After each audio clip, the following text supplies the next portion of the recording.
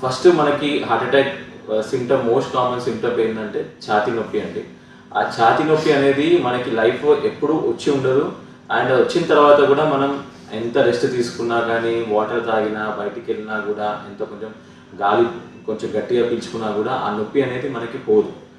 ఆ నొప్పి పోదు అండ్ మనకి చెమటలు రావడము, లేకపోతే భుజం నొవ్వడము, లేకపోతే గొంతు నొవ్వడము, లేకపోతే పళ్ళు, జా ఇవన్నీ పెయిన్, బ్యాక్ పెయిన్ రావడము, ఇవన్నీ ఒక హాఫ్ అన్ అవర్ వరకు మనకు కంటిన్యూగా పెరుగుతూ ఉంటుంది. సో అది most common heart attack symptom అది. చెస్ట్ పెయిన్ అంటారు. సో ఆ పెయిన్ ఎక్కడైనా ఉండొచ్చండి. మన నాభి పై నుంచి మన జా కింది వరకు ఎక్కడైనా పెయిన్ వచ్చినా కూడా హార్ట్ అటాక్ అని మేము కన్సిడర్ చేస్తాము.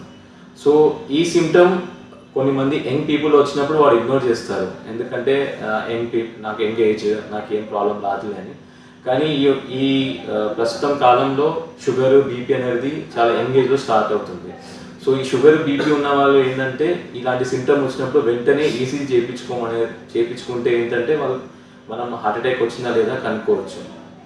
అలానే కొంచెం పని చేసినా ఆయాసపడడం కానీ, నీరసపడడం కానీ, లేకపోతే కాలువాపు రావడము, లేకపోతే కళ్ళు తిరగడము, లేకపోతే అప్పుడప్పుడు మనకి గుండె ఎక్కువ కొట్టుకోవడము, తక్కువ కొట్టుకోవడము, ఇవన్నీ హార్ట్ అటాక్ సింప్టమ్స్ అండి.